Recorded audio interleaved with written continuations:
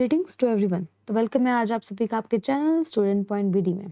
तो आज हम आपके लिए लेकर आए हैं हमारे प्लस वन की बायोलॉजी का chapter cell cycle and cell division. जैसा कि आपको पता है हम अपना चैप्टर जो cell the basic unit of life है वो हम क्या कर चुके हैं, वो हम कंप्लीट कर चुके हैं अपना। तो हमारा ये नेक्स्ट चैप्टर आता है, हमारा ये आता है cell cycle and cell division. Okay, तो हमें पता है सबको कि सेल क्या है। Cell is the basic structure and the functional unit of basic structure and functional unit of life. ठीक है, फंक्शनल यूनिट ऑफ लाइफ। उसके बाद हमें पता है कि अब हम देखते हैं कि सेल है हमारी बॉडी में। पता है हमारी बॉडी सेल से बनी हुई है। ठीक है, जो स्मॉलेस्ट पार्ट है जो हमारी बॉडी में क्या है, वो सेल है। अगर हमारी बॉडी में हम ग्रोथ कर रहे हैं, जो हमारी बॉडी में फंक्शन हो रहे हैं, टिश्यूज ऑर्गन्स मूव कर रहे हैं, बड़े हो रहे हैं, और जो हमारे रिप्रोडक्टिव सेल्स होते हैं, सोमेटिक सेल्स होते हैं हमारे, और ये जो जर्म सेल्स होते हैं हमारे, सोमेटिक तो वो होते हैं, सोमेटिक सेल्स एक और चीज, सोमेटिक सेल्स वो होते हैं जो कि हमारे की बॉडी के ऑर्गन्स है, जैसे कि ऑर्गन्स हो गए, ये टिश्यू हो गया हमारे, और बॉडी पार्ट्स हो गए कोई, वो क्या है, सोमैटिक। जर्म सेल्स वो होते हैं जिसको हम बोलते हैं रिप्रोडक्टिव सेल्स, को हम बोलते हैं जर्म सेल्स। तो हमारे ये जो सेल्स होते हैं ये ग्रोथ करेंगे तभी हमारी बॉडी में सेल, ये ग्रोथ कैसे करेंगे, सेल डिवीजन होगी। सेल एक हो सेल होगा, वो डिवाइड करेगा, दो सेल बनेंगे, दो से चार बनेंगे। ये डिवीजन होगी तभी हमारी बॉडी में जो ग्रोथ होती है वो पॉसिबल हो सकती है। तो यहाँ हम पढ़ेंगे cell cycle and cell division के बारे में। ओके, तो हम सबसे पहले देखते हैं कि हमारे सेल को कौन कोऑर्डिनेट करता है ताकि वो क्या करें, ग्रो करें, डिवाइड करें। तो सेल साइकिल को कोऑर्डिनेट करते हैं हमारे साइक्लिन्स और सीडीकेस की साइक्लिन डिपेंडेंट काइनेज। ठीक है, ये क्या है हमारा, साइक्लिन डिपेंडेंट काइनेज। ठीक है, साइक्लिन डिपेंडेंट काइनेज। ठीक है, सीडीके की फुल फॉर्म है। और ये चेक पॉइंट्स होते हैं एक्चुअली कुछ हमारे, जब हमारा जो फेज होता है, हमारा जो सेल साइकिल का जो हमारा होता है इंटरफेज एम फेज, उसमें क्या होता है, कुछ चेक पॉइंट्स होते हैं, वो हमारे क्या करते हैं, कोऑर्डिनेट करते हैं कि कहाँ पे क्या होगा।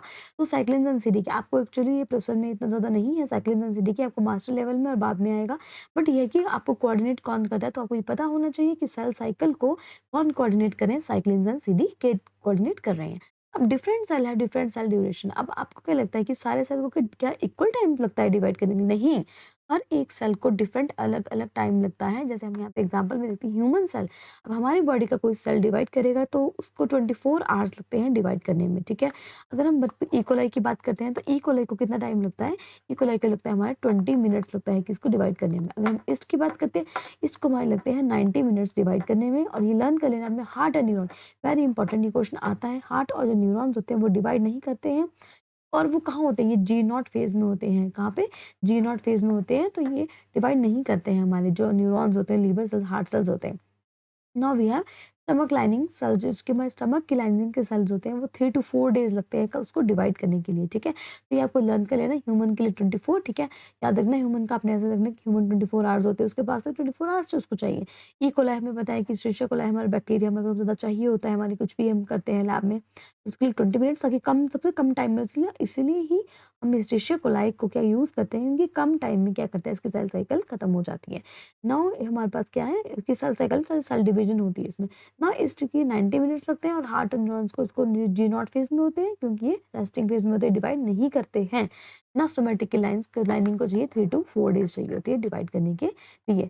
Okay, so next we have cell cycle coordination. मैंने बता दिया है आपको कि इसको सीडीके एंड साइक्लिन वो करते हैं, कोऑर्डिनेट करते हैं। ह्यूमन सेल 24, इकोलाई 20 मिनट्स, इस 90 मिनट्स, न्यूरॉन्स ये जी नॉट फेज में होते हैं, रेस्टिंग फेज में, और जो स्टमक की लाइनिंग्स होती हैं वो 3 to 4 डेज उसको लगते हैं। Next we have a cell cycle. अब आपने पढ़ना है सेल साइकिल। तो सेल साइकिल में हमारे पास कौन-कौन से क्या होते हैं, फेज़ होते हैं। ठीक है, तो अगर हम यहाँ पे देखें तो तो आप देख सकते हो कि सबसे पहले क्या होता है हमारे पास, जो हमारा होता है इंटरफ़ेज़। ठीक है, ये हमारे यहाँ से लेके यहाँ तक करके चल रहा है, हमारा इंटरफ़ेज़ चल रहा है। ठीक है, तो अब इंटरफ़ेज़ चल रहा है तो पहले क्या था, जी नॉट फेज, रेस्टिंग फेज, जिसमें मैंने बताया है आपको कि हमारे हार्ट के जो सेल्स होते हैं, हार्ट के, और जो न्यूरॉन्स होते हैं वो रेस्ट कर रहे होते हैं। ठीक है, ये हमारा होता है जी नॉट फेज। उसके बाद सेल ग्रोथ करता है, जी1 फेज में हमारा क्या करता है, सेल ग्रोथ करेगा एंड परफॉर्म करता है अपने नॉर्मल हमारे बॉडी के फंक्शंस को करता है। ठीक है, वो हमारा सेल ग्रोथ फेज। अब हमारा आता है S phase. S phase is phase for the replication of DNA. DNA की रेप्लिकेशन होती है हमारी कौन से फेज में, एस फेज में हमारे डीएनए की रेप्लिकेशन होती है, और ये वेरी इंपॉर्टेंट है ये वाला क्वेश्चन। पूछा जाता है कि हमारे डीएनए की रेप्लिकेशन कहाँ होती है, तो DNA replication occur at the S phase. उसके बाद G2 फेज आता है हमारा, जिसमें कि प्रेपरेशन होता है माइटोसिस के लिए। जो माइटोसिस में आगे प्रोसेस होनी होती है उसके लिए सेल अपने जो ऑर्गेनेल्स है उनको सबको क्या करता है, प्रिपेयर करता है। सेल की सारी ऑर्गेनेल्स को क्या करता है, सेल प्रिपेयर करता है किसके लिए, माइटोसिस के लिए। उसके बाद सेल डिवीजन आता है जो हमारा आता है prophase, metaphase, anaphase, telophase and cytokinesis. ठीक है, एम फेज में हमारी आती है, ये को 2 फेज होते हैं। नंबर 1 हमारा होता है इंटरफेस, ठीक है, और नंबर 2 होता है हमारा एम फेज। ठीक है, तो इंटरफेस हमने देख लिया है। इंटरफेस में हमारा G0, G1, S और G2, और जो हमारा इंटरफेस में आता है इसमें प्रोफेज, मेटाफेज, एनाफेज और टेलोफेज और साइटोकाइनेसिस। ठीक है, तो ये हमारा क्या है, ये मैंने बता दिया आपको क्या है हमारे cell cycle and cell division. ठीक है, अब हम नेक्स्ट करते हैं। ओके, हम करते हैं बात किसकी, इंटरफेस की। जैसे मैंने आपको बताया इंटरफेस क्या है, ये प्रेपरेटरी फेज। और ये बात अपने याद रखनी है कि 95% जो सेल साइकिल होती है वो कहाँ होती है, इंटरफेस में होती है। ये बात आप बार बार लर्न कर लो, क्राम कर लो कि 95% कहाँ होती है, इंटरफेस में। और जो बचे 5% है वो कहाँ होती है हमारा, वो हमारी एम फेज में होती है। मतलब जो 90% है वो इंटरफेस करेगा सब कुछ। जो रेप्लिकेशन का सबसे ज़्यादा टाइम लगता है वो किसके लिए लगता है, वो टाइम लगता है हमारा प्रिपेयर होने के लिए। ठीक है, सेल के ऑर्गेनेलिज को रेप्लिकेट करने में, ठीक है, जो डीएनए कंटेंट को रेप्लिकेट करने में, डीएनए को सिंथेसाइज करने में, ऑर्गेनेलिज को तैयार करने में, उसके लिए आपको क्या टाइम लगता है सबसे ज़्यादा, जो कि इंटरफेस के अंदर आता है। एम फेज में तो बस ये है कि आपको क्या करना है, सेल डिवाइड करना है, जिसमें कि prophase, metaphase, anaphase and telophase आता है। तो लेकिन जो मोस्ट ड्रामेटिक है, सबसे ज़्यादा ड्रामा होता है जो उसमें क्या होता है 95% वाले में, जो कि हमारा क्या एम फेज, जो सिर्फ 5% होता है साइकिल में, और जो 95% होता है वो होता है हमारा interphase. Now cell growth and organelle replication, मैंने आपको बताया है कि क्रोमेटिड्स होते हैं, फिर क्रोमेटिड्स आगे जाते हैं, क्रोमोसोम्स में थोड़ा वो फॉर्म होते हैं। तो क्या होता है, ये सेल की ग्रोथ होती है और ऑर्गेनेली होती है, वो डुप्लीकेट करती है। क्या करती है, सेल की ग्रोथ होगी और ऑर्गेनेली डुप्लीकेट करेगी, कहाँ, इंटरफेज में। ठीक है, फिर डीएनए डुप्लीकेशन अकर, फिर डीएनए की भी डुप्लीकेशन अकर होती है। मतलब वही मैंने आपको बताया कि इसमें G1S phase and G2 phase होगी, और उसके बाद फेज चलता है हमारा G1S और उसके बाद G2 फेज। अगर एम फेज की हम बात करते हैं तो इसमें क्या होता है, इसमें 5% पहले होगा हमारे प्रोफेज, मेटाफेज, एनाफेज, टेलोफेज। उसके बाद डिवाइड इनटू कैरियोकाइनेसिस, मतलब कि कैरियो का मतलब न्यूक्लियस के डिवीजन। ठीक है, कैरियो वर्ड इज फॉर किसके लिए, ये हमारा न्यूक्लियर डिवीजन के लिए।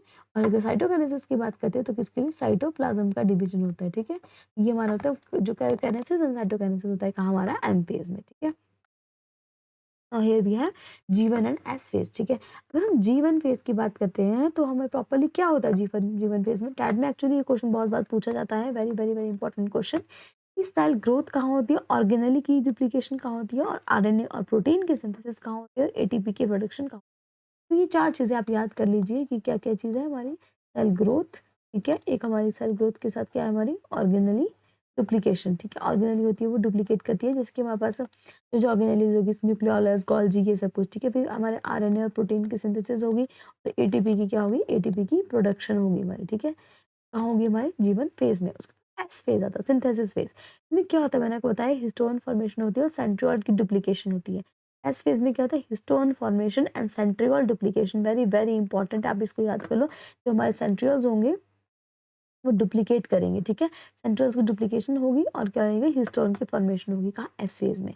देन डीएनए कंटेंट डबल, अब एस फेज में और डीएनए कंटेंट होगा वो डबल हो जाएगा। मैंने आपको बताया है क्रोमोसोम नंबर, अब डीएनए का कंटेंट, अब देखो ये हमारा एस फेज है। ठीक है, यहाँ पे क्या है, 2 क्रोमोसोम्स है, फिर यहाँ भी क्रोमोसोम 2 ही है, लेकिन प्रॉब्लम क्या है, replicated homologous with sister chromatids. अब यहाँ पे क्या हुआ, ये है, एक ये है, तो इसमें क्या हुआ, अगर जो यहाँ पे क्रोमोसोम 2 ही है, यहाँ भी 2 है, क्रोमोसोम नंबर यहाँ भी 2 है, लेकिन क्या हुआ, सिस्टर क्रोमेटिड्स क्या हो गई, आपस में रेप्लिकेट कर गए। ठीक है, ये है ना, अभी एक है, ये है, ये क्या है, ये हमारे क्रोमोसोम है। ठीक है, ये इसके 1 2 3 4 ये क्रोमेटिड है।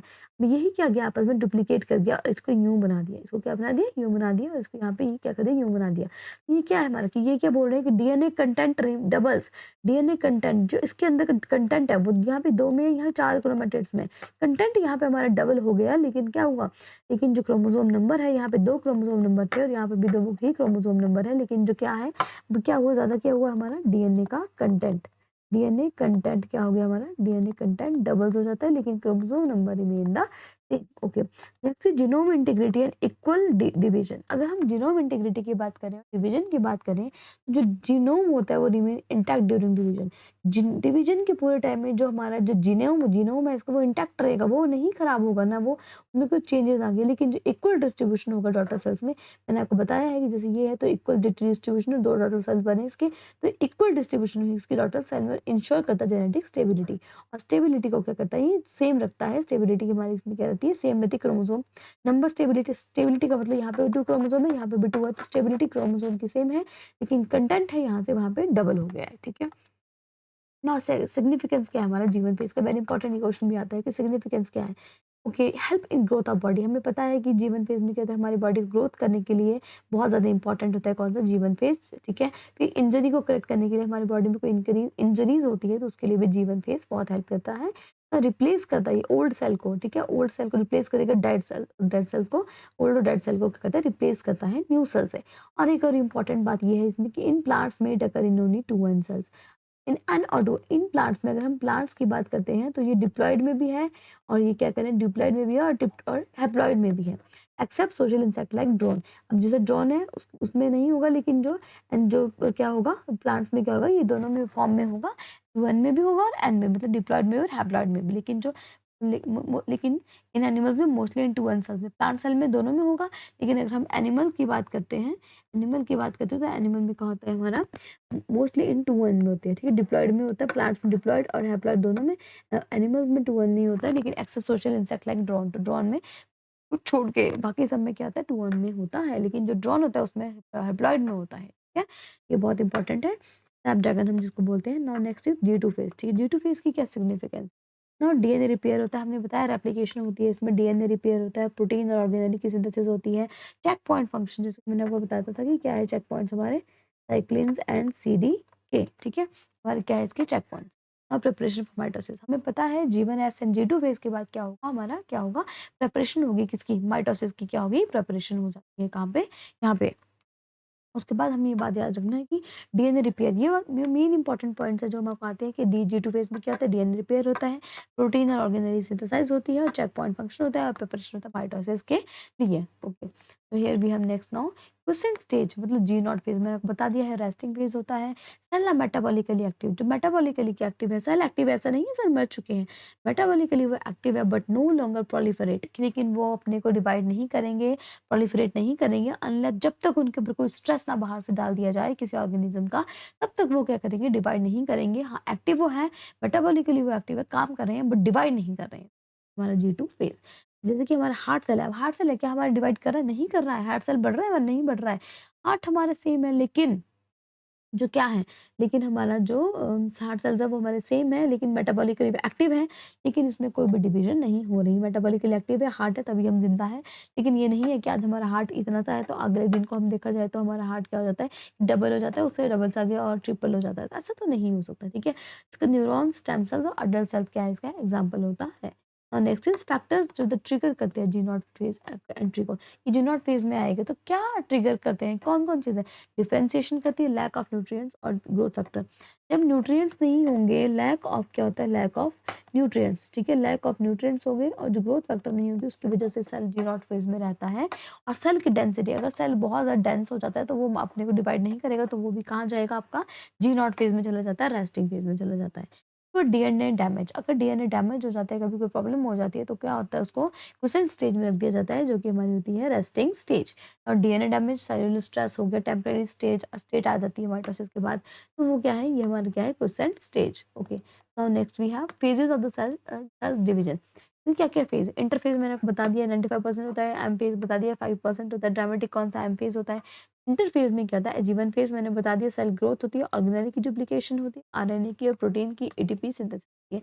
वेरी इंपॉर्टेंट फ्रेंड्स, इसको आपने बिल्कुल याद कर लेना, रट लेना है कि ये चीज़ आपको हर हाल में पूछी ही जाती है। नाउ क्या था, ऐसे stone formation, centriole duplication, stone की फॉर्मेशन होती है यहाँ पे, और जो सेंट्रियोल्स होते हैं हमारे, सेंट्रियोल्स होते हैं वो हमारे क्या करते हैं, डुप्लीकेट कर जाते हैं, ठीक है। ये जैसे सेंट्रियोल क्या जाता है, डुप्लीकेट कर जाते हैं, और क्या कर जाते हैं, डुप्लीकेट, और DNA content double, DNA content जब सेंट्रियोल डुप्लीकेट करेंगे तो डीएनए कंटेंट भी ऑलरेडी अपने आप क्या हो जाएगा, डबल हो जाएगा। फिर G2 फेज़ प्रिपरेशन, उसके बाद G1 हो गया, S हो गया, G2, उसके बाद क्या माइटोसिस की या क्या होगी तैयारी होगी कि अब माइटोसिस प्रोसेस होनी है। माइटोसिस में मैंने आपको बता दिया है कैरियोकाइनेसिस और साइटोकाइनेसिस होते हैं। कैरियोकाइनेसिस मतलब कि न्यूक्लियर डिवीजन है, साइटोकाइनेसिस मतलब साइटोप्लाज्म की division. Okay, next we have DNA content and during cell cycle. DNA का क्या कंटेंट रहता है पूरी सेल साइकिल के? तो G1 फेज़ में अगर बात करें तो 2C होता है, डिप्लॉयड होता है, ठीक है। वेरी इंपॉर्टेंट आपको याद रखने की बात है कि जो G1 फेज़ में होता है तो वो डिप्लॉयड होता है 2C। एस फेज़ में होता है तो डीएनए कंटेंट डबल, मैंने आपको वही बताया डीएनए का कंटेंट है, मान लो ये है, ठीक है। उसके बाद हमारे यूँ बन जाते हैं, ठीक है। डीएनए कंटेंट क्या है? डीएनए कंटेंट यहाँ भी 2 है, यहाँ भी 2 ही है। तो क्रोमोसोम नंबर सेम है लेकिन डीएनए कंटेंट ज़्यादा यहाँ पे डबल हो जाएगा। डबल हो जाएगा तो क्या होगा? 4 receives equal genome, daughter cell receives equal genome. अब इनकी 2 डॉटर सेल है तो इक्वल जीनोम आएँगे ना, इसमें से इक्वल आएँगे, यहाँ पे इसके इसको ये दोनों चारों को इक्वल आएँगे, ठीक है। G2 फेज़ डीएनए, अब कंटेंट डीएनए मैंने बताया है कि content remain the 4C level. G1 phase की बात हो गई, S फेज़ की बात हो गई। अब हम बात करते हैं G2 फेज़ की। अगर हम G2 फेज़ की बात करते हैं तो हमारा क्या जो कंटेंट होता है वो 4C लेवल पे रहता है। ठीक है? और जो each chromosome consist of 2 identical, हर एक क्रोमोसोम की 2 आइडेंटिकल क्या होगी? कॉपीज़ होगी। Each containing a copy of each daughter cell, तो जिसमें दोनों में क्या होगा? उनमें कंटेनिंग कॉपी होगी एक-दूसरे की डॉटर सेल की, जैसे कि 2 भाई-बहन हैं, बहनें-बहनें बिल्कुल। तो दोनों आपस में दिखेगी एक-दूसरे को तो उनको लगेगा कि हम दोनों सेम है। तो वही क्या है कि G2 फेज़ में क्या था? डीएनए जो content remain at the 4th level और जो each chromosome consist of 2 identical sister, हर एक क्रोमोसोम में 2 आइडेंटिकल सिस्टर होते हैं जो कि क्या करते हैं? कंटेन, जिसमें क्या होता है? कॉपी होती है किसकी? Contain copy of each daughter cell, उसमें दोनों में क्या होता है? दोनों में एक जो माँ की 2 बेटियाँ हैं तो दोनों में कंटेंट सेम ही होगा। Okay, so now next M phase. अब हम एम फेज़ की बात करते हैं तो वेरी इंपॉर्टेंट कि एम फेज़ को किसने हमारा डिस्कवर किया था? M phase was discovered by the Strasburger in 1875 और ये टर्म किसने दी थी? फ्लेमिंग ने टर्म दी थी, कौन-सी? जो एम फेज़ की, ठीक है। Now cell division occurs in typical divided into 4 main phases, ठीक है। तो सेल डिवीजन करते हैं तो डिवाइड करता है, मैंने आपको बता दिया prophase, metaphase, anaphase and telophase, इसके जो 4 हमारे क्या होते हैं? डिवीजन प्रोसेसेस होते हैं। प्रोफेज की बात करें उससे पहले हमारे क्या होता है? यहाँ पे क्या होगा? हमारा टैंगल डीएनए, तो कितना गंदा है ऐसे टैंगल आपस में, ना कंघी की हुई है, कुछ नहीं है, टैंगल डीएनए, ठीक है। इनिशिएशन ऑफ डीएनए कंडेंसेशन, सबसे पहले जो हमारा डीएनए होगा वो कंडेंस होना स्टार्ट करेगा हमारे, कहाँ पे? हमारे जीवन फेज में, ठीक है। कंडेंस होना, यहाँ पे देखो, ये यहाँ पे क्या होगा? यहाँ पे क्या कंडेंस होना शुरू हो जाता है, देखो ये देखो क्या है, यहाँ पे इसकी हालत ऐसी है और यहाँ पे देखो इसकी हालत कितनी अच्छी हो चुकी है, ठीक है। तो ये क्या हमारा डीएनए कंडेंस हुआ है यहाँ पे, ठीक है। तो फिर उसके बाद क्या हुआ? उसके बाद प्रोमेटाफेज आता है। प्रोमेटाफेज मतलब जो मेटाफेज से पहले वाला है, जिसमें क्या होता है? उसमें क्या होने लग जाता है कि कुछ कंडेंसेशन होनी शुरू हो जाती है, कंडेंसेशन स्टार्ट हो जाती है होनी, और जो न्यूक्लियर और जो गोल्गी बॉडीज होगी हमारी, और जो एंडोप्लाज्मिक रेटिकुलम और न्यूक्लियर मेम्ब्रेन होगी, वो डिसअपीयर होना शुरू, देखो यहाँ पे देखो ये छोटी-छोटी डिसअपीयर होना शुरू हो जाती है, डिसअपीयर होना शुरू हो जाती है। यहाँ पूरी होती है, यहाँ डिसअपीयर होना शुरू हो जाती है और डिसअपीयर हो जाता है और डीएनए अनटैंगल हो जाता है। यहाँ पे टैंगल की तरह मेसी है, यहाँ पे क्या होता है? बिल्कुल हमारे साथ अनटैंगल की तरह आ जाता है लेट प्रोफेज में। तो क्या याद रखना है आपने? एक प्रोफेज में टैंगल डीएनए होता है, इनिशिएशन होती है इसकी डीएनए कंडेंसेशन की। लेट प्रोफेज में क्या होता है बेटा? न्यूक्लियोलस और जो आपकी सेल ऑर्गेनेलीज होती है, वो सारी क्या कर जाती है? डिसअपीयर कर जाती है और डीएनए अनटैंगल। तो हम नेक्स्ट देखते हैं मेटाफेज या एनाफेज। मेटाफेज हमारी क्या है? सेंट्रोमियर और इक्वेटोरियल प्लेट। मेटाफेज एक वो है जब आपका सेंट्रोमियर इक्वेटोरियल प्लेट और मेटाफेजिक प्लेट, इक्वेटोरियल प्लेट एक इसको इक्वेटोरियल प्लेट बोलते हैं और एक इसको बोलते हैं मेटाफेजिक प्लेट, ठीक है। इक्वेटोरियल मेटाफेजिक प्लेट बोलते हैं हम इसको, मेटाफेज को। सेंट्रोमियर कहाँ पे? हमारे इक्वेटोरियल प्लेट पे हो जाते हैं। कंडेंसेशन यहाँ से कंडेंसेशन स्टार्ट हो जाती है, ठीक है। और सेंट्रियोल अगर एट मेटाफेजिक, और सेंट्रियोल्स है ये हमारे, सेंट्रियोल्स है ये कहाँ होते हैं? मेटाफेजिक प्लेट में। सेंट्रियोल हमारे मेटाफेजिक प्लेट में, मतलब कि जैसे मैंने बताया है कि मेटाफेजिक प्लेट में हमारे सेंट्रियोल्स आना शुरू हो जाते हैं, जैसे कि हमारे ये है, ठीक है। ये हमारा हो गया, ठीक है। ऐसे हमारे यहाँ पे आ गया क्रोमोसोम, तो ये क्या? इसकी मेटाफेजिक प्लेट है। यहाँ पे आना क्या हो गया? यहाँ पे आना हमारा शुरू हो चुका है क्या?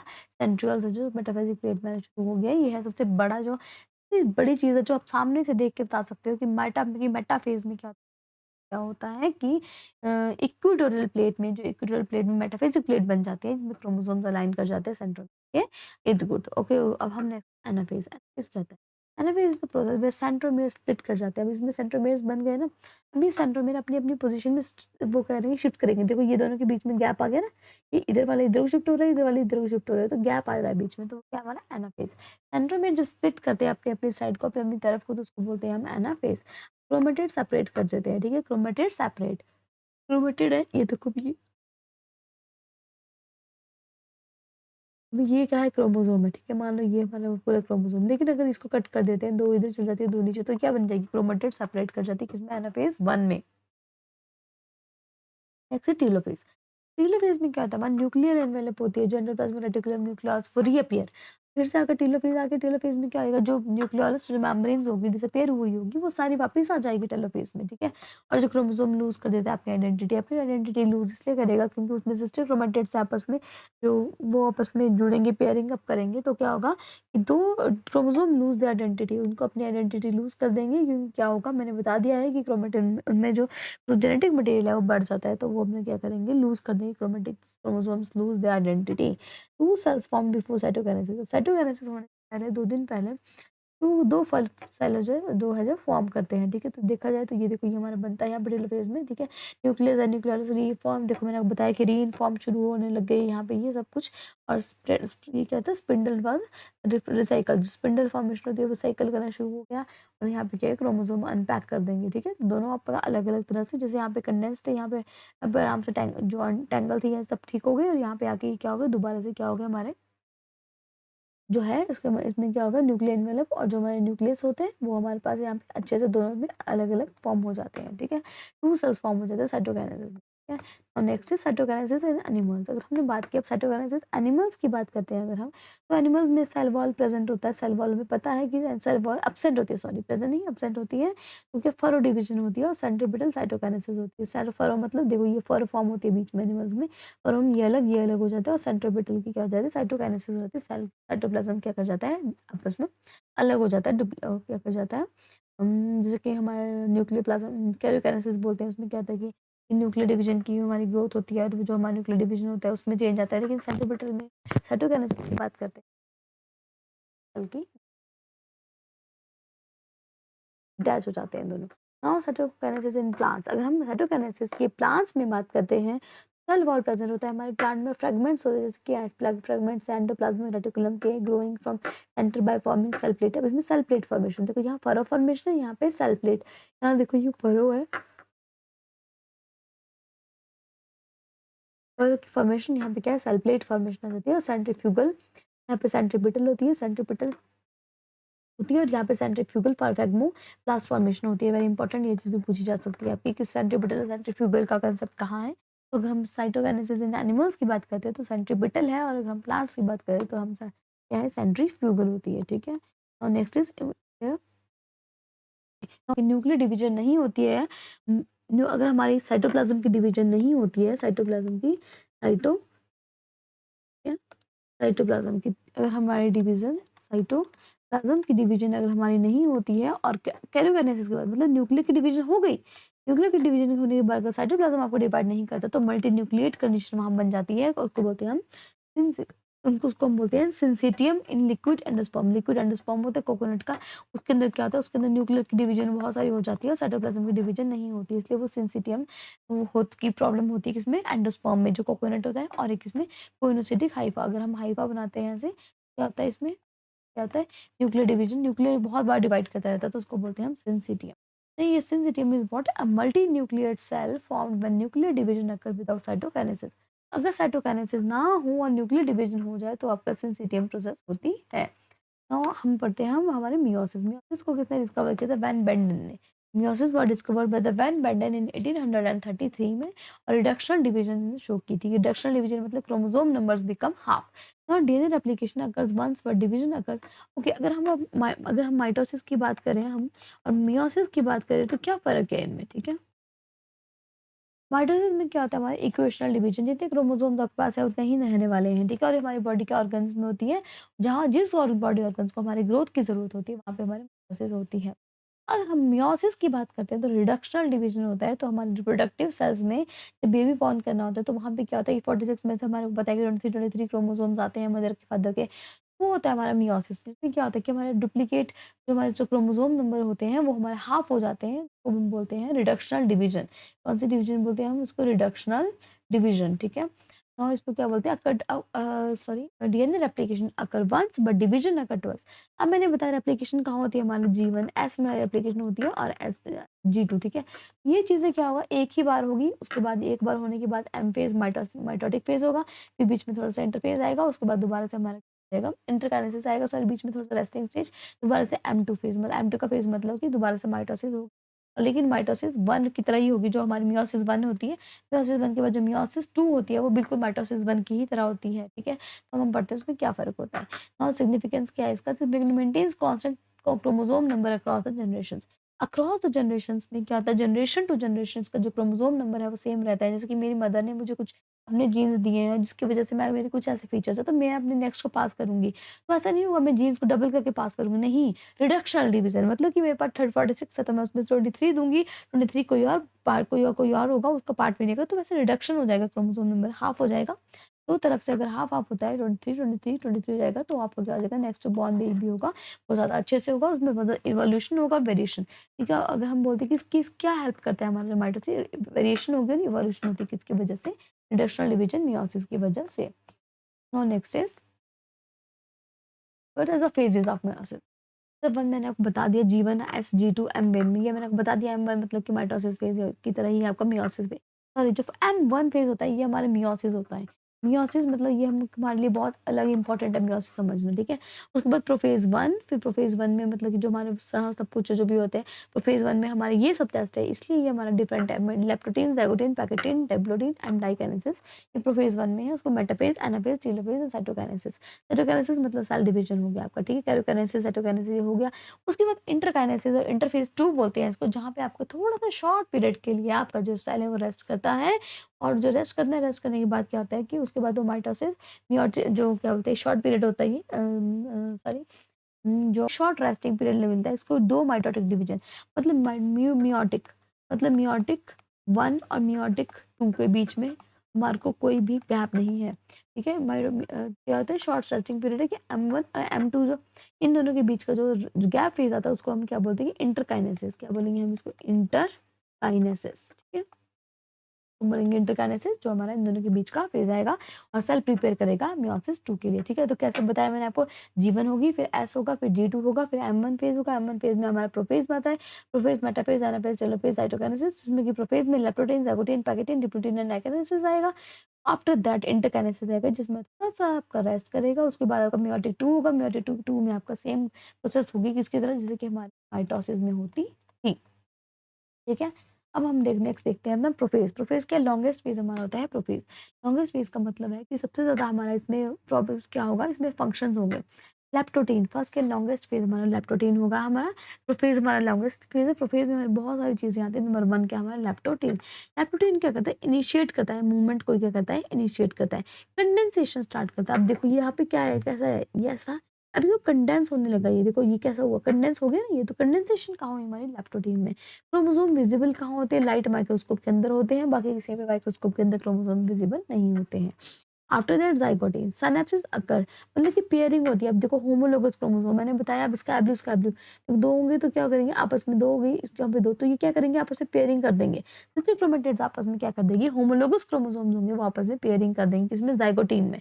इसमें करेंगे ज़ाइगोटीन में, वो आपस में पेयरिंग कर लेंगे कि चल भाई तू मेरा बहन और तू मेरा भाई। तो सेरेब्रोनिमल कॉम्प्लेक्स बनता है प्रोटीन फॉर्म। अब यहाँ पे क्या होता है कि सेरेब्रोनिमल कॉम्प्लेक्स बनाते हैं, कॉम्प्लेक्स प्रोटीन्स फॉर्म यहाँ बनाते हैं, फॉर्मेशन टेट्राइड्स, ये देखो टेट्राइड्स भी बन गए, ये आपको बता दिए एक सिंगल, ये दो टेट्राइड्स भी बन गए, सेरोटोनिमल कॉम्प्लेक्स भी यहाँ पे बन गया, होमोलोगस क्रोमोसोम्स की क्या होगा, पेयरिंग भी हो जाती है, कहाँ पे, ज़ाइगोटीन में होती है, कहाँ हो जाती है, ज़ाइगोटीन में। वेरी इंपॉर्टेंट फ्रेंड्स, इसको याद रखना। आफ्टर दैट पैकेटीन, अब ज़ाइगोटीन हो गई, देखो लेप्टोटीन हो गई, कंडेंस हो गया, ज़ाइगोटीन हो गई, ये होमोलोगस पेयरिंग क्रोमोसोम हो गया। अब पैकेटीन, पैकेटीन में क्या होता है, एक्चुअली रिकम्बिनेशन होती है, recombination module appear tetrad, tetrads clearly visible, tetrad क्या है, क्लियरली विजिबल दिख सकते हैं, क्रॉसिंग ओवर हो जाएगी, यहाँ पे क्रॉसिंग ओवर हो जाएगी, तो मतलब कि टेट्राइड को हम ये क्या कर सकते हैं, इजीली हम यहाँ पे देख सकते हैं इसको, ठीक है। नेक्स्ट है डिप्लोटीन, और डिप्लोटीन की बात करते हैं तो डिप्लोटीन क्या है हमारा, डिप्लोटीन में हमारा आता है जैसे कि, ओके, ये डिप्लोटीन में हमारा क्या आता है, सेरोटोनिमल कॉम्प्लेक्स डिसअपियर। अब मैंने आपको बताया था कि सेरोटोनिमल कॉम्प्लेक्स बने थे, ठीक है। बने थे तो बनने के बाद उसको हटाना हटना भी है, तो सेरोटोनिमल कॉम्प्लेक्स यहाँ बन चुके थे हमारे, अब यहाँ पे हमारे कॉम्प्लेक्स बन गए थे, कहाँ पे ज़ाइगोटीन में हमारे कॉम्प्लेक्स बन गए। पैक्टिन में क्या हुआ, पैक्टिन में आपस में क्रॉसिंग ओवर होगी। जब क्रॉसिंग ओवर हो गई तो क्या होगा कि डिप्लोटीन में क्या हो जाता है, हमारा सेरोटोनिमल कॉम्प्लेक्स डिसअपीयर। जो कॉम्प्लेक्स बना था वो क्या हो जाता है, ये जो कॉम्प्लेक्स बना था आपस में वो डिसअपीयर हो गया। जब वो डिसअपीयर होगा तो कैज़माटा फॉर्म होगा। क्या फॉर्म होगा, वेरी इंपॉर्टेंट कि ये मार्क पूछा जाता है कि डिप्लोटीन में क्या होता है, तो कैज़माटा की फॉर्मेशन होती है। क्या, इसकी कैज़माटा की फॉर्मेशन होगी कहाँ पे, हमारी डिप्लोटीन में। देखो यहाँ कैज़माटा की तरह फॉर्मेशन हुई डिप्लोटीन में, ठीक है। तो chiasmata form oocytes can repair in this stage for months to year. हम ये बोल रहे हैं कि कैज़माटा जो यहाँ पे फॉर्म हो जाता है हमारा, क्या oocytes वहाँ पर रह सकते हैं। यहाँ पे oocytes होते हैं जो हमारे फीमेल की बॉडी के अंदर oocytes होते हैं, वो रेस्ट करते हैं यहाँ पे बहुत मंथ तक और ईयर तक, जब तक प्यूबर्टी नहीं आती है और जो आगे की प्रोसेस होती है नहीं हो जाए तब तक। अभी कहाँ पे वेट करते हैं आपके सेल्स, वो आपके वेट करते हैं कहाँ पे,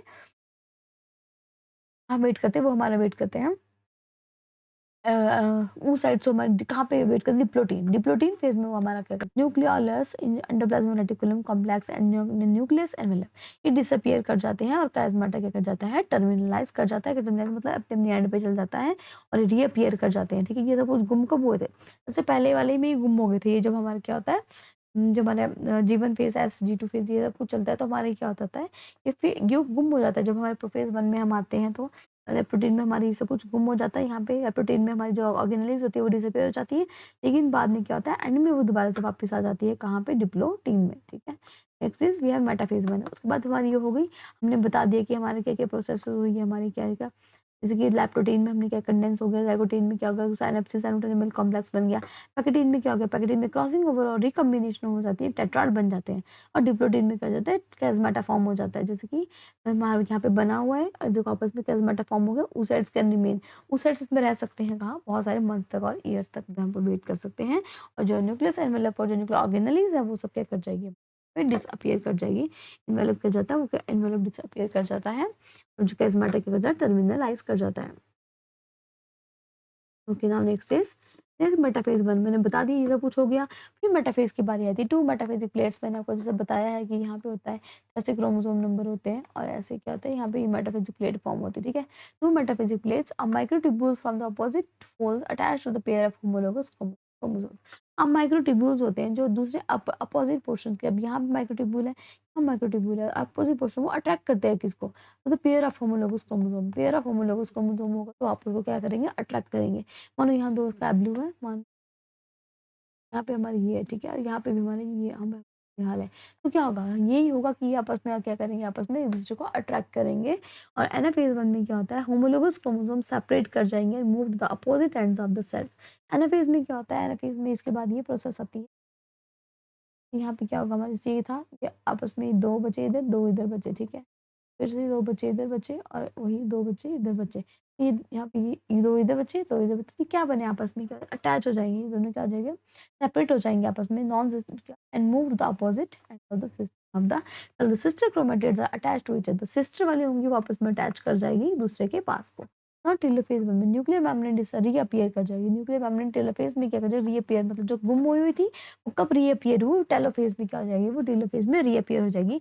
पूरी कंडेंस नहीं होगी एज दे नीड टू, ताकि वो पूरी कंडेंस नहीं होगी, क्यों, क्योंकि एज वो उनको मियोसिस 2 में भी तो भी जाना है, एंट्री मारनी है। बोला है ना मैंने कि जो क्या है मियोसिस 2 में, उसमें जो सारी साइकिल डिवीजन वाली प्रोसेस है वो बार बार रिपीट नहीं होगी, इंटरफेस रिपीट नहीं होगा, डायरेक्ट एमफेज के बाद आपका एमफेज 2 है जो वो चल पड़ेगा, ठीक है। Next is mitosis versus meiosis. हमने देखा है माइटोसिस में क्या होता है, special stage in cell cycle वे somatic cell divide, somatic cell divide करते हैं, body organ tissue cell divide करते हैं, 2 आइडेंटिकल डिप्लॉयड डॉटर सेल बनते हैं। मियोसिस की बात करें तो ये सेक्स क्रोमोसोम्स में होते हैं, सेक्स सेल्स डिवाइड करते हैं, इसमें रिप्रोडक्टिव सेल डिवाइड करते हैं, जर्म सेल्स डिवाइड करते हैं इसमें। और जो क्या करते हैं इसमें करते हैं, और जो हैप्लॉइड होते हैं वो कहते हैं कि रिजल्टिंग इन द 4 हैप्लॉइड बन जाते हैं, इसलिए अपना प्रोसेस करके हैप्लॉइड बना देते हैं। Means all cell has one copy of each chromosome. इसका मतलब है कि हर एक सेल के पास अपनी एक कॉपी होती ही होती है। माइटोसिस क्या है, एक टाइप ऑफ सेल डिवीजन है, और सोमेटिक सेल में, जर्म सेल में होती है सेल डिवीजन, तो ये भी प्रोफेज मेटाफेज वही सब कुछ, ये प्रोफेज मेटाफेज एनाफेज टेलोफेज ये सब कुछ कहाँ है, ये सब माइटोसिस कहाँ है। मियोसिस की बात करें तो प्रोफेज में हमारे पास ये सब कुछ आ जाएगा, लैप्टोप्रोटीन ज़ाइगोटीन पैकेटीन डिप्लोटीन, वो सब चीज़ें कहाँ जा जाएगा, हमारा मियोसिस में आ जाएगी, ठीक है। तो ये हमारे ये हमने पढ़ा है कि माइटोसिस और मियोसिस में। अब देखो हमारे अगर हम बात करते हैं तो हम बोलते हैं क्या फ़र्क है इसमें, ठीक है। कि क्यों यहाँ पे ऐसा हो रहा है कि यहाँ पे हैप्लॉइड बच्चे हैं, डिप्लॉइड है या जो भी प्रॉब्लम हो रही है, क्यों हो रही है? देखो यहाँ पे क्या हो, मैंने आपको बताया है, यहाँ पे हमारे प्रोफेज में जो सेल्फ टर्नेबल कॉम्प्लेक्स, जो होमोलोगस क्रोमोसोम्स की पेयरिंग हुई, कैज़मेटा फॉर्म हुआ, उसकी वजह से हैप्लॉइड जो क्रोमोसोम्स बाद में बनते हैं, वो किसी वजह से मियोसिस में बनते हैं, ठीक है? और जो माइटोसिस होता है, माइटोसिस में कभी भी हैप्लॉइड वो क्या होगा, डायरेक्ट पूरा यहाँ पे कोई सिस्टर क्रोमेटिड्स नहीं बनेंगे, होमोलोगस क्रोमोसोम की कोई पेयरिंग नहीं होगी, कोई और कोई सेल्फ टर्नेबल कॉम्प्लेक्स नहीं बनेगा, कोई कैज़मेटा नहीं बनेगा, तो माइटोसिस में ये चीज़ें नहीं होगी, सिंपली क्या होगा, डिप्लॉइड का डिप्लॉइड बन जाएगा। लेकिन मियोसिस में क्या हो जाएगा, क्या होगा, हैप्लॉइड हो जाएगा, क्या होगा, क्योंकि इसमें सिस्टर क्रोमेटिड्स क्या कर जाते हैं, आपस में क्रॉसिंग ओवर कर जाते हैं, और ये हमारा होता है मियोसिस, ठीक है? Next is, next we have important notes. हमें क्या क्वेश्चन इंपॉर्टेंट है, ये इंपॉर्टेंट क्वेश्चन है। डीएनए अकर्स, डीएनए कहाँ कर होता है बेटा, एस फेज में। कहाँ होता है डीएनए अकर, एस फेज में, सिंथेटिक फेज में होता है। और मोस्ट एक्टिव स्टेज कौन सी, इंटरफेज। सबसे एक्टिव मैंने बताया है कि 95% एक्टिव कहाँ हमारी इंटरफेज होती है, 5% हमारी है जो हम, ठीक है? और उसके बाद मोस्ट एक्टिव स्टेज हमारी इंटरफेस, और जो 95% हो जाती है, बताया मोस्ट एक्टिव स्टेज इंटरफेस होती है। और जो हमारी इंटरफेस मतलब, इंटरफेस मतलब कि हमारी इंटरफेस में 95%, और जो एम फेज होती है वो हमारी 5% होती है। इंटरकाइनेसिस और रेस्टिंग स्टेज, इंटरकाइनेसिस होती है हमारी रेस्टिंग स्टेज, मतलब कि यहाँ पे हमारा रेस्ट मिल जाता है M1 के बाद। जब मियोसिस करते हैं तो मियोसिस 1 के बाद थोड़ा सा गैप आता है, उसको बोलते हैं इंटरकाइनेसिस। हेटेरोक्रोमेटिन किसको बोलते हैं, ऑब्जर्व इंटरफेस के न्यूक्लियस में, जो इंटरफेस के न्यूक्लियस में क्या होता है, अंडर लाइट माइक्रोस्कोप के अंदर जब हम देखते हैं तो उसको बोलते हैं हेटेरोक्रोमेटिन। हेटेरोक्रोमेटिन किसको बोलते हैं, इसको हम बोलते हैं कि जब हम ऑब्जर्व किया जाता है कहाँ पे, इंटरफेस के न्यूक्लियस के अंदर लाइट माइक्रोस्कोप से, उसको बोलते हैं हेटेरोक्रोमेटिन। नाउ इंटरफेस में हमें पता है 95% और सेल साइकिल होती है, और मेम फेज में 5%। Changes in interphase are not observed under light microscope, जो भी चेंज होते हैं इंटरफेस में हमारे, वो ऑब्जर्व कहाँ कहाँ के, are not observe light microscope में, उसको ऑब्जर्व नहीं किया जा सकता है। Okay, so next is actually polyploidy. अगर polyploidy occur due to endomitosis, polyploidy किसकी वजह से होती है, एंडोमाइटोसिस की वजह से होती है। पॉलीप्लॉइडी किसको बोलते हैं और एंडोमाइटोसिस बोलते हैं। एक्चुअली एंडोमाइटोसिस, पॉलीप्लॉइडी तो वही है कि वहाँ पे बहुत ज़्यादा नंबर ऑफ क्रोमोसोम एक साथ आ जाते हैं, वो होते हैं पॉलीप्लॉइडी। एंडोमाइटोसिस क्या होती है, प्रोसेस होती है फिर ऑल सेल और क्रोमोसोम रेप्लिकेट, जहाँ पे सारे सेल के क्रोमोसोम होते हैं वो रेप्लिकेट करते हैं, वो बोलते हैं हम एंडोमाइटोसिस। सारे की जितने भी क्रोमोसोम को रेप्लिकेट करते हैं, but the nucleus and cell do not divide, cell divide नहीं करेगा, ठीक है? न्यूक्लियस और जो सेल होगा वो डिवाइड नहीं करेंगे, ठीक है? Do not divide. लेकिन जहाँ पे क्रोमोसोम नंबर रेप्लिकेट करते रहेंगे, क्रोमोसोम नंबर है 2, 4, फिर आगे ये रेप्लिकेट रेप्लिकेट करते रहेंगे, और सेल और न्यूक्लियस नहीं डिवाइड करेगा ना, न्यूक्लियस डिवाइड करेगा तो क्या होगा, उससे मल्टीपल कॉपीज बन जाएगी किसकी, क्रोमोसोम की। जब एक क्रोमोसोम की बहुत ज़्यादा मल्टीपल कॉपीज बन जाती है तो क्या होता है, एंडोमाइटोसिस और पॉलीप्लॉइडी को बोलते हैं। The splitting of centromere does not occur, अब जो हमारे सेंट्रोमियर होता है वो स्प्लिट कर जाता है अलग अलग तरह को, does not occur in anaphase 2, anaphase 1 में नहीं होते बट अकर इन एनाफेज 2। तो जो स्प्लिटिंग होती है सेंट्रोमियर की, जो सेंट्रोमियर होता है हमारे बीच में, ये यूज स्प्लिट करता है, ये कहाँ पे, does not occur in anaphase, anaphase में नहीं होता है, अरे एनाफेज 1 में नहीं होता। एनाफेज मतलब का बात होती है हमारे की मियोसिस 1 में नहीं होगा, ये कहाँ होगा, हमारा माइटोसिस वाले में, मतलब कि मियोसिस 2 में हमारा होता है। मियोसिस 2 में होता है क्या चीज़, स्प्लिटिंग ऑफ सेंट्रोमियर, और ये क्या हमारा 1 में नहीं होता है, मतलब ये सिंपल मेटाफेज वाले में, सॉरी सिंपल माइटोटिक डिवीजन में क्या होता है, ये स्प्लिटिंग होती है किसी क्रोमोसोम फेज 1 में, ठीक है? नेक्स्ट इज, तो ये हमारा खत्म हो गया ये वाला चैप्टर। तो वी होप कि आपको ये वीडियो पसंद आई होगी, और अगर आपको ये वीडियो पसंद आई होगी तो guys please like share comment and subscribe ज़रूर करें हमारे चैनल को, हमारे चैनल स्टूडेंट पॉइंट वीडियो को ज़रूर like share comment and subscribe करें। और thank you so much guys, thank you for watching.